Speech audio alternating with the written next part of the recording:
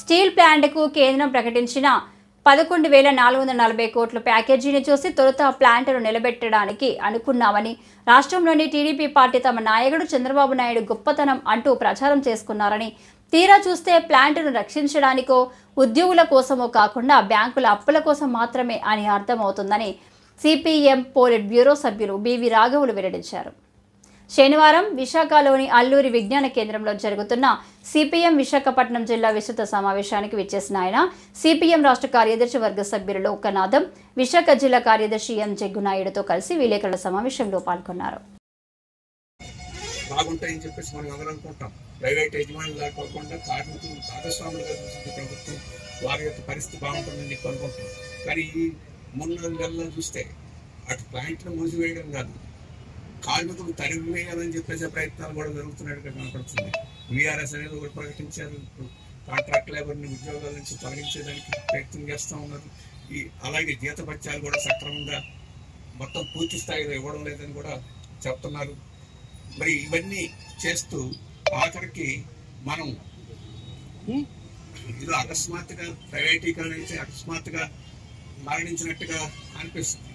ఇదేదో ఒక దీర్ఘకాలిక రోగం వచ్చేసి ఇంక మనం దీనికి అవసరం లేదని చెప్పేసి అనుకునే పరిస్థితి సృష్టించాలని చెప్పేసి కనపడతా ఉంది.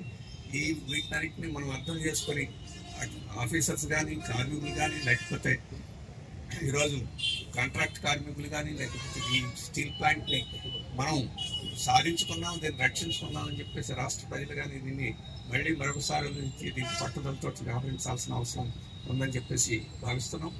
ఈ ప్లాంట్ సక్రమంగా పనిచేయలేదు, మిషన్లన్నీ అవుట్డేటెడ్ అయిపోయి, కార్మికులు సాగుకోవట్లు అయిపోయారు. ఇటువంటి ఏమన్నా చెప్పగలిగితే చెప్పండి, వాటి అన్నిటి సర్దుకోవచ్చు. కానీ అదేమీ లేదు.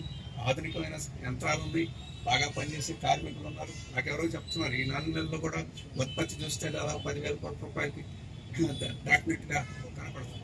అంటే మొత్తం సంవత్సరం మొత్తం పూర్తి స్థాయిలో పనిచేస్తే కంపెనీ ఏదైతే 7 మిలియన్ టన్నులు ఇంకా పైన ఉత్పత్తి జరుగుతున్నారో ఆ స్థాయికి తీసుకొచ్చగలిగే సామర్థ్యం, ఆ స్థాయికి తీసుకురాగలిగే దాని ఉందని చెప్పేసి ఈరోజు మనకి అర్థమవుతుంది.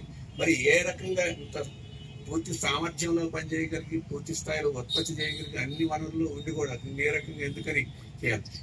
లేదు, ప్రపంచమంతా స్టీల్కి ఉత్పత్తి గిరాకీ లేకుండా పోయింది, మన పరిశ్రమ అవసరం లేదని చెప్పంటే మళ్ళీ ఇంకో కొత్త స్టీల్ ప్లాంట్ ఇక్కడ ఏదో పెడతారని చెప్పేసి అన్నారు. దానికి కావాల్సిన ఐరన్ అంతటి పైపుల్లో ఇక్కడ సరఫరా చేస్తామని చెప్పేసి అన్నారు. రాష్ట్ర ముఖ్యమంత్రి కూడా సాక్షాత్తు పబ్లిక్ గానే దానికి అది గ్యారెంటీ చేయమని చెప్పేసి కూడా అడిగారు.